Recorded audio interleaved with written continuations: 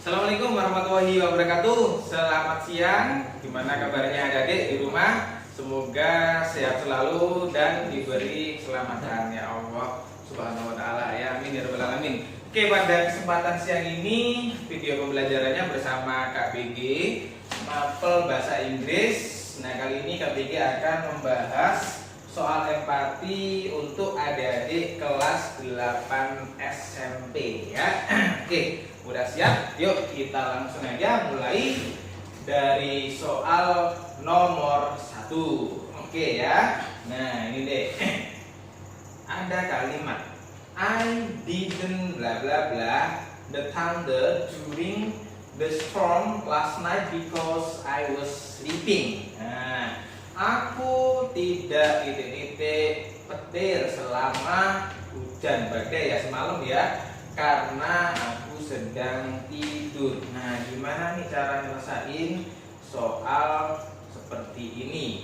Tentunya ini adalah soal bentuk tenses ya. Jadi ini past tense ya. Dulu Kak BG udah pernah jelasin yang waktu kita KBM di kelas ya, akan ada tentang materi past tense. Oke.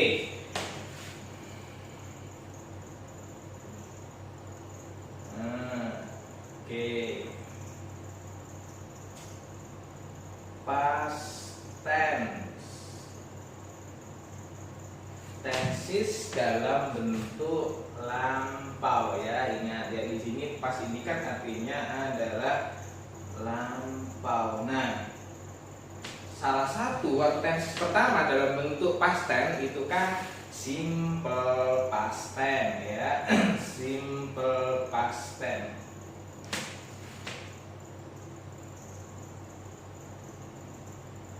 Simple past tense. Nah, ya. Oke, nih.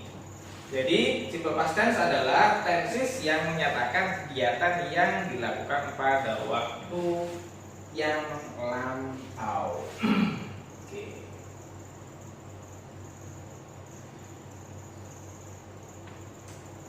Kak BG langsung singkat aja ya. Jadi di sini kegiatan di sini mengacu ke kata kerja ya, atau keadaan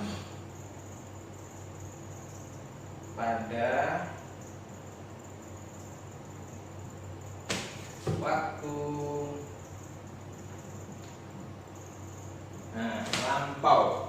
Lampaunya kapan? Jam berapa? Nah, kalau yang simple past tense ini tidak ada kaitannya atau dihiraukan aja jamnya jam berapa, pukul berapa tuh ya. Rumusnya seperti apa? Oke, di sini patternnya kita ulas kembali ya. Dimana ada bentuk kalimat positif, negatif, sama interrogatif. Kalau kalimat positif subjek plus kata kerja untuk yang kedua plus ya, misalkan ini ada objeknya ya, kita anggap ada objeknya gitu aja ya. Objek plus keterangan waktunya ambil dulu ya. Nih, kalau negatifnya di sini subjek plus didn't kata kerja bentuk yang ke-1 plus objek. Kalau bentuk kalimatannya did plus subjek plus verb 1 plus objek plus, nah ini keterangan waktunya di sini ya. Inilah rumusan untuk tenses dalam bentuk simple past tense ya. Nah, sekarang ini waktu lampau ya. Lampau itu kapan sih keterangan waktunya ya? Jadi di sini time signalnya.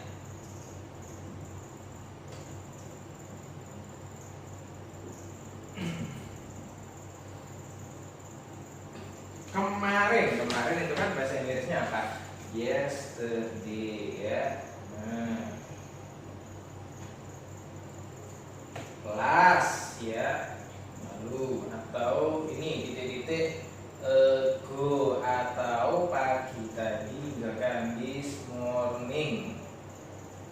Atau tahun-tahun yang udah lewat ya, misalkan tahun 2019, tahun yang kemarin. Nah, oke, jadi ini time sinyalnya untuk lampau ya.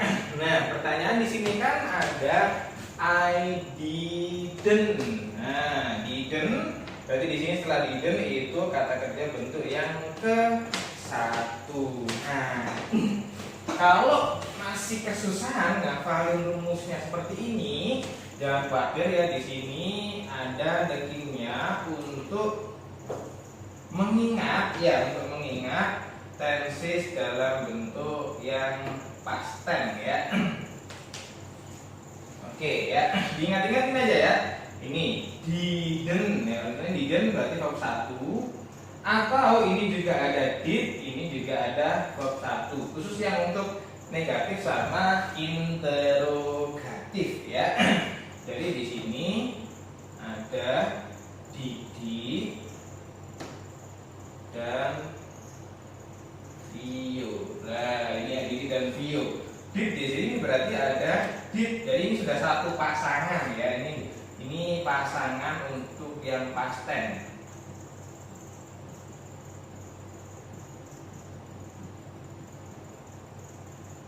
Nah, berarti di sini ada did ya, bisa did atau untuk negatifnya berarti apa?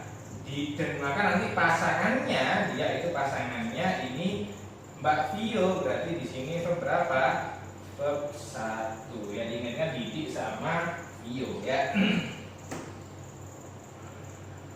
Oke, jadi di sini udah jelas didn't, berarti di sini ada Didi.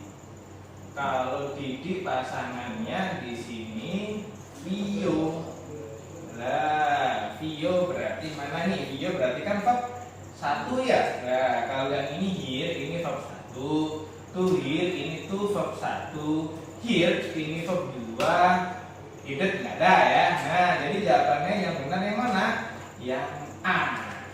Oke, ini untuk materi tenses yang simple past tense. Bisa di capture dulu ya. Nah. Oke, kita lanjutkan untuk soal nomor 2. Ini hapus dulu ya.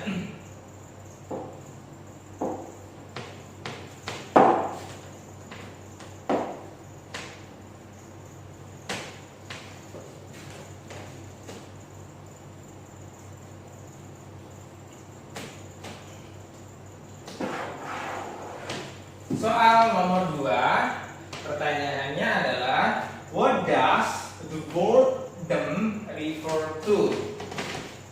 Kata them, mereka ya.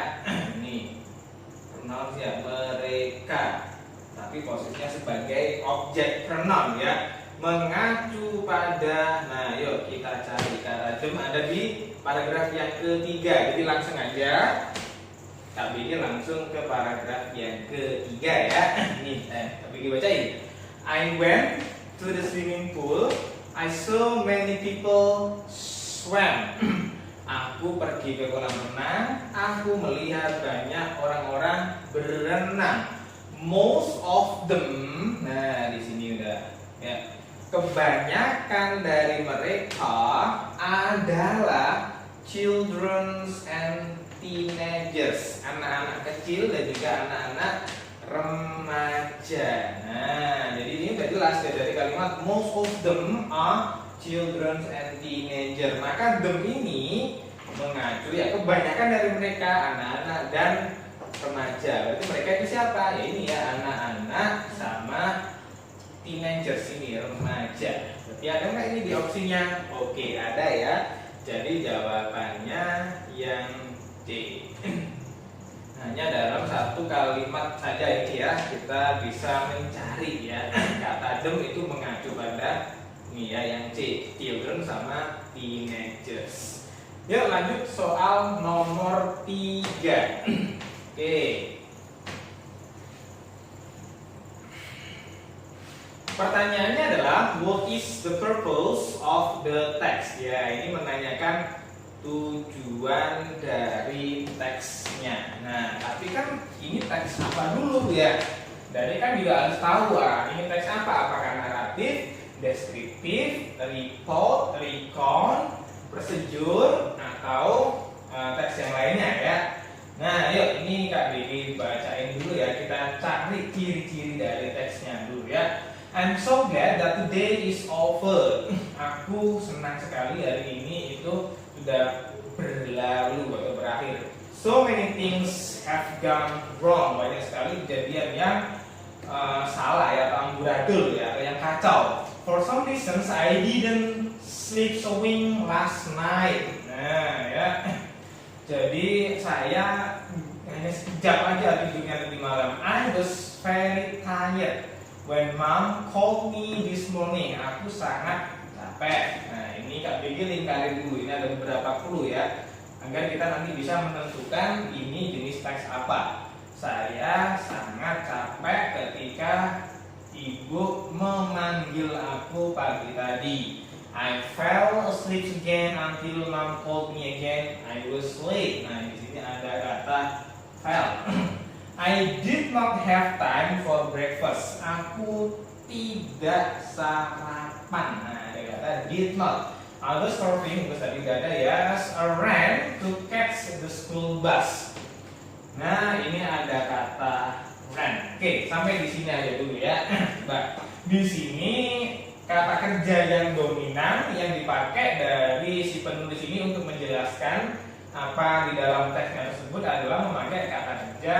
Ini ada was, berarti ada to be was ya. Terus di sini ada file, itu kata kerja bentuk yang kedua.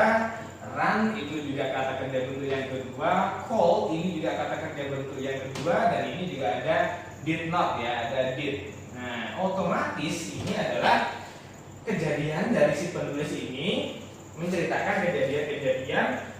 Ingat, tadi barusan soal nomor 1. Kalau kedua itu kapan? Lampau. Jadi teks ini menjelaskan kejadian pada waktu lampau dan itu disebut sebagai teks apa ya kira-kira? Nah, teksnya adalah recount text. Ya, recount text.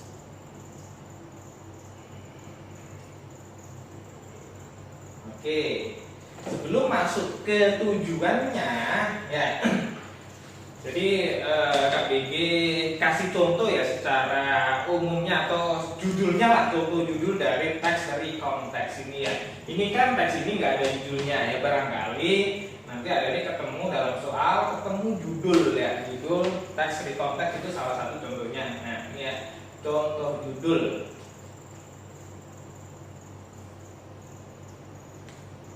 Oke, contoh judul. Jadi misalkan liburan ya ke Bali misalkan. My holiday in Bali misalkan, atau misalkan mengunjungi visiting Borobudur.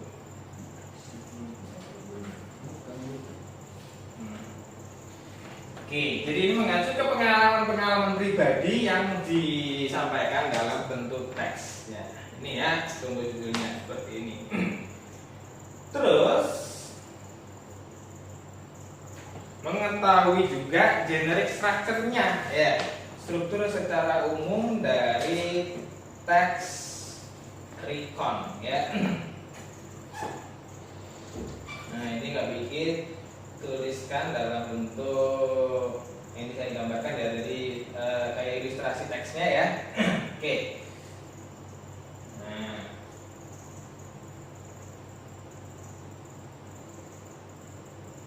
Oke. Nah, teks ini itu istilahnya kembarannya sama kayak teks naratif ya. Kalau tadi tahu kan teks naratif itu kan teks yang fungsinya untuk menghibur. Bahkan ada fable yaitu teks cerita hewan, atau folktale ya, cerita rakyat. Biasanya kalau naratif itu kan awal-awalnya ada once upon a time there lived. Nah, ada kata kerja juga bentuk kedua. Nah, ini juga gitu ya. Paragraf yang pertama itu awal-awal itu disebut sebagai orientation. Nah, ini kan sama loh kayak naratif ya. Nah, cuman bedanya apa? Kalau naratif ya bedanya once upon a time there lived. Kalau yang ini, nah ini beda ya. Ini mengacu ke pengalaman pribadi ya, personal experience. Nah, paragraf yang berikutnya ini ada rentetan kejadian ya, rentetan kejadian, event, kejadian-kejadian. Nah, terus terakhir ya, itu penutupnya ya, reiteration. Nah, atau disebut sebagai closing juga ya, penutupnya.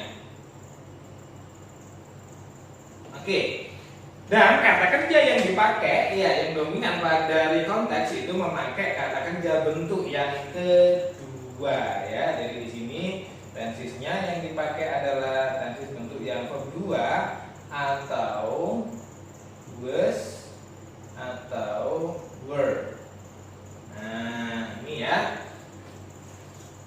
Setelah mengetahui atau judulnya, strukturnya seperti ini, kata kerja yang dipakai, baru tujuannya. Nah, kira-kira tujuannya apa? Nah, mengacu pada ini ya, my holiday in Bali visiting Borobudur. Jadi menceritakan pengalaman pribadi dari si penulis ya.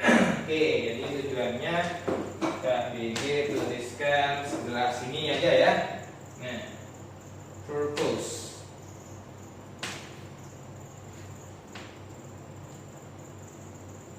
Purpose of recontext.